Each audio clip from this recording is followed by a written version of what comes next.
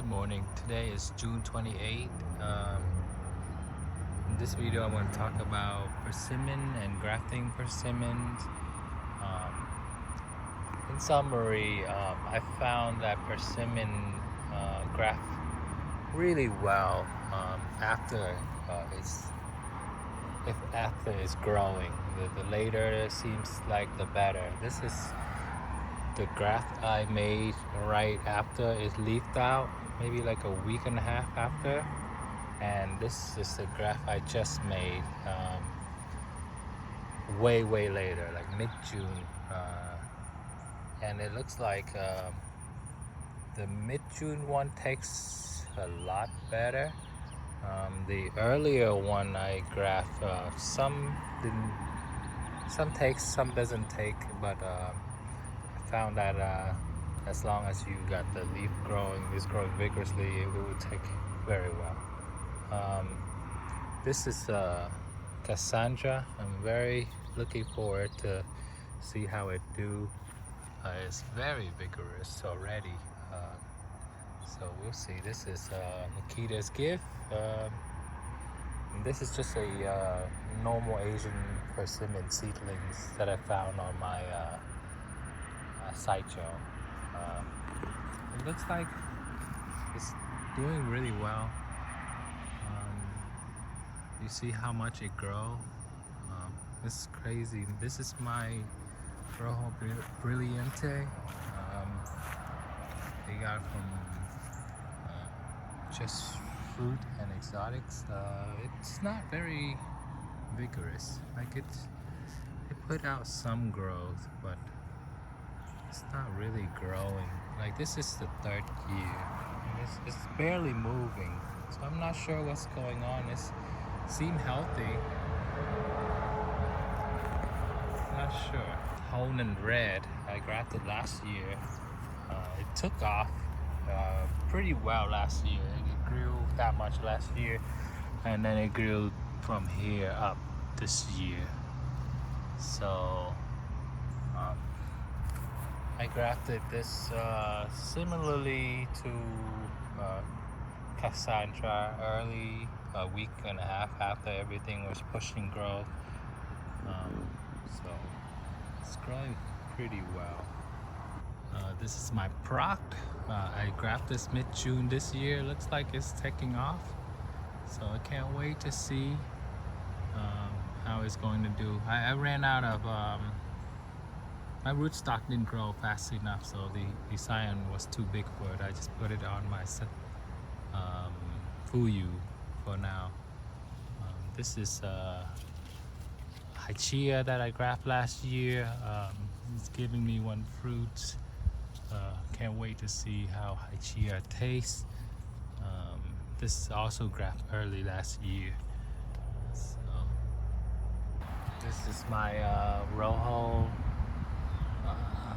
Brilliante. I grafted on a seedling last year from that tree I got around mid-July to early August when the buds hardened. I just made a backup in case that one didn't make it, but it's not very vigorous. I'm not sure, maybe it's a Rojo Brilliante thing, but it's barely growing. Last year it grew that much and I thought it was pretty good, and then but this year is I put in the ground, so maybe it got some shock, root shock, but it's not very growing very well, so we'll see. This is my sideshow that I grafted last year in mid-August, maybe even later, like maybe end of August, much later than that Brilliante plants, but it's growing pretty well. See, sideshow is growing very well. I think I'm gonna move it to the front after this year. Hopefully I won't get any transplant shock, but I transplanted in the ground this year. It's too shady here. Not too shady, only half a day of sunlight here, which is doing fine. I like it a lot, so I'm gonna move it to the optimum spot. Seedlings that I'm growing around the yard, but it's not doing so hot. I think it's suffering from transplant shock. Hopefully it will recover and I can graft on something next year. Same with that seedlings over here. This one seems like it's wakening up, so it's doing a little better. So hopefully I'll have something to graft on. Like all those scion that I graft onto the same trees, I'm just saving them until these get bigger and graft onto them.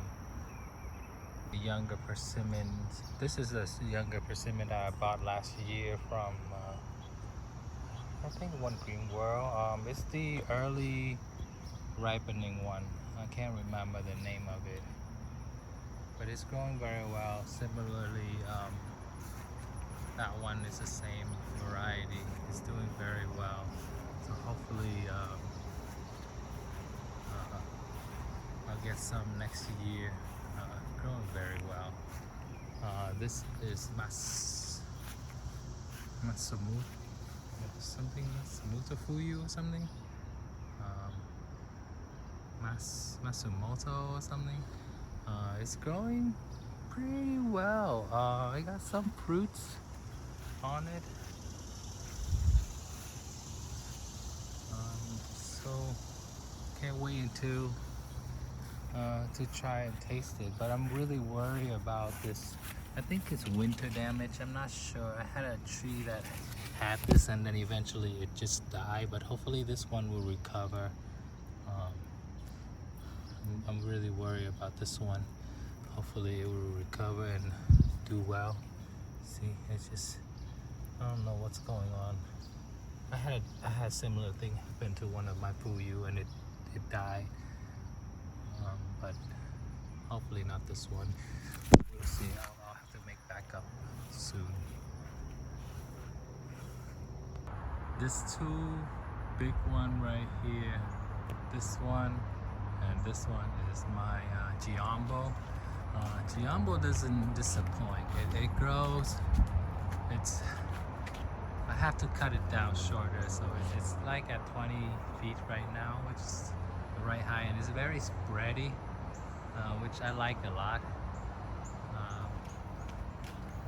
and it produced pretty large fruit that tastes really good.